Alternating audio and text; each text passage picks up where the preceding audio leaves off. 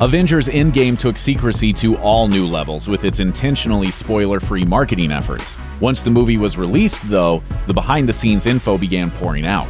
Here are some of the most interesting things to emerge. It's a well-known fact that directors Joe and Anthony Russo will go to extreme lengths to keep their Marvel creations under wraps. For example, they teasingly apologized to the spoiler-prone Tom Holland for dusting Spidey at the end of Infinity War and consequently keeping him at arm's length for the promotion of Endgame. They also pretended to fire Mark Ruffalo after a string of spoilers had put him on thin ice. One of the best methods for keeping everyone in the dark, though, was the way the Russos handled the script. Most of the actors got only pieces of the screenplay to work from, and apparently Ruffalo got a particularly spoiler-proof version of the script.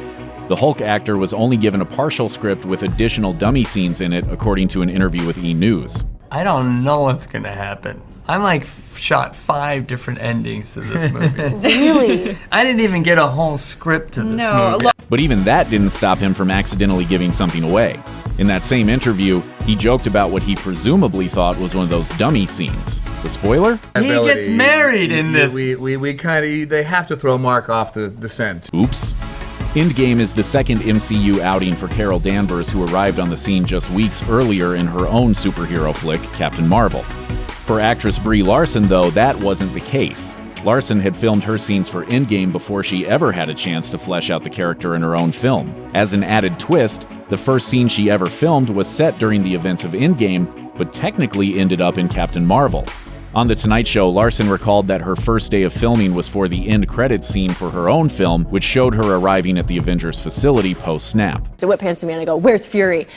I didn't know that was the tag for Captain Marvel. I didn't know what that was that we were shooting. There was also nobody else there. In true Russo fashion, though, the actress was only given her lines and filmed her part alone in front of a green screen. That's taking secrecy to a whole new level. While the Russo brothers bent over backwards to keep actors like Ruffalo, Holland, and Larson from spoiling the script, there was one person that they didn't mind showing the whole thing to: Robert Downey Jr. While discussing Infinity War and Endgame in an interview with Rotten Tomatoes, the pair talked about keeping things secret. RDJ was probably the only one to actually read the entire script. Evans might have read Part of our script. motivation to do that is it just takes a lot of pressure off of people. Everything had started with Iron Man just a decade earlier, with Endgame ultimately serving as the Iron Avengers swan song. It's only appropriate that RDJ would be trusted with some of the most sensitive MCU knowledge to ever exist.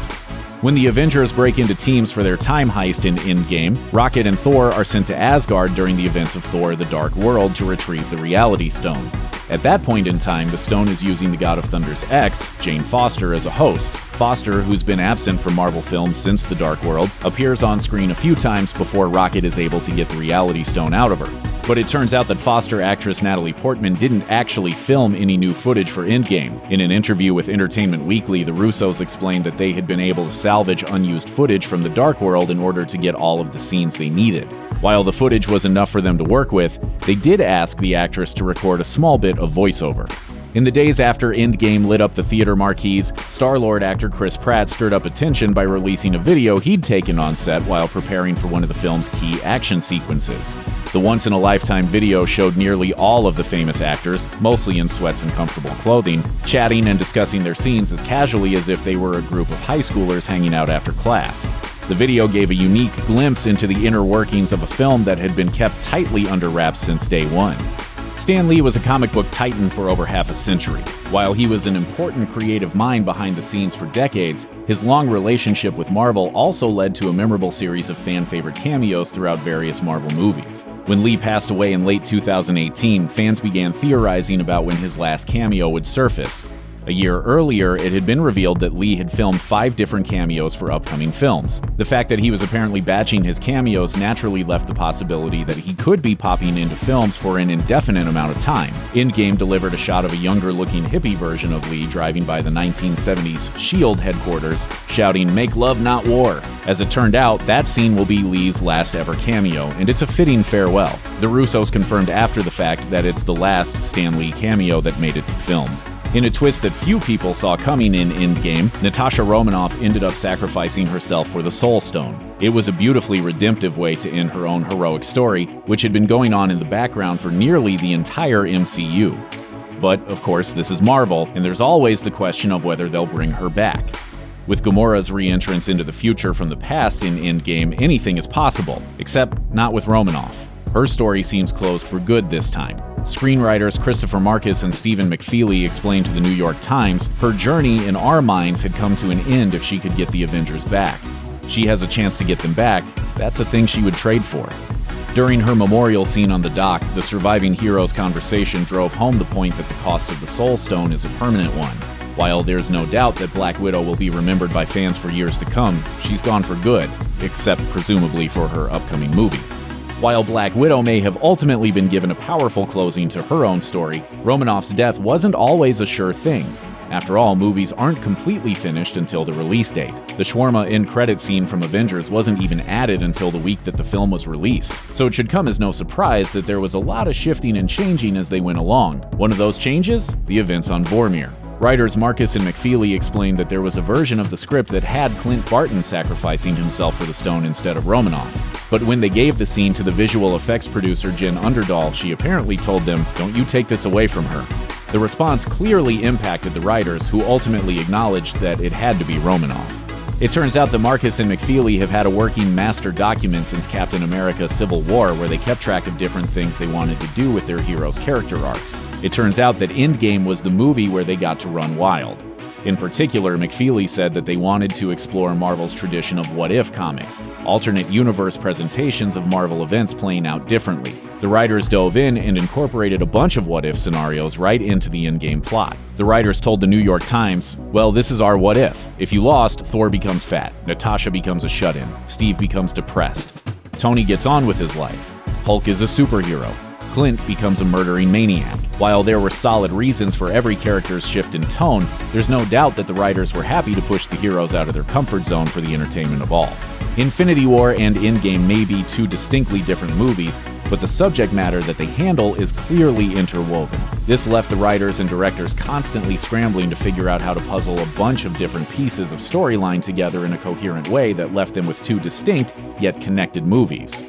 At one point, the plan was to have Hulk and Banner resolve their differences in Infinity War. However, it felt like too much of a positive in the middle of a pretty sad ending, so the filmmakers bumped it to Endgame. They also left out the actual transformation, banking on Scott Lang in the dinner scene to provide the right amount of confusion to help bridge the gap. In the same vein, Hawkeye's opening scene in Endgame where he loses his family was nearly tacked on to the end of Infinity War, but it once again felt out of place. The biggest decision of all was where to place the snap.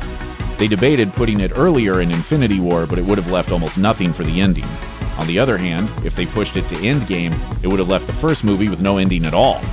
Knowing when to reverse the snap was nearly as challenging. Thankfully, the creative minds behind the scenes managed to eventually pull it all together into two coherent stories. Scott Lang was right, Endgame is a time heist movie.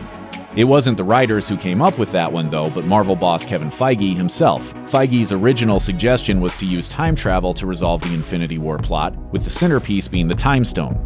It wasn't until the filmmakers began fleshing things out that the quantum realm became the key plot device to move the time travel element forward. Once time travel was in the mix, there was one obvious point that had to make it into the film: the Battle of New York. But the writers initially felt it was too pandery to head back to the original Avengers film, so they tried a ton of alternatives first. At one point, they had Tony Stark on Asgard in a stealth suit fighting Heimdall, and the planet Morag was originally underwater. At another point, the Avengers stopped by Triskelion and even hopped in a car to visit Doctor Strange. When the rubber hit the road, though, writers and directors alike finally decided that heading back to the Chitauri-infested streets of New York was the best option of the bunch. The sequence in Endgame when our heroes put their heist plan to the test shows that time travel within the MCU is distinctly different than the way it's been represented in movies like Time Cop, Hot Tub Time Machine, or Back to the Future. Doc, are you telling me that you built a time machine? Out of a DeLorean? It also establishes that Pym particles are in extremely limited supply.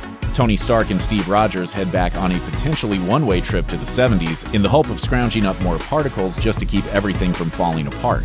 This left fans scratching their heads when Nebula casually brought Thanos' entire planet-sized ship and its massive army into the present. Where on earth did they get the impossibly huge number of particles to pull off a stunt like that? Joe Russo cleared up the disconnect in an interview, offering an elegantly simple solution.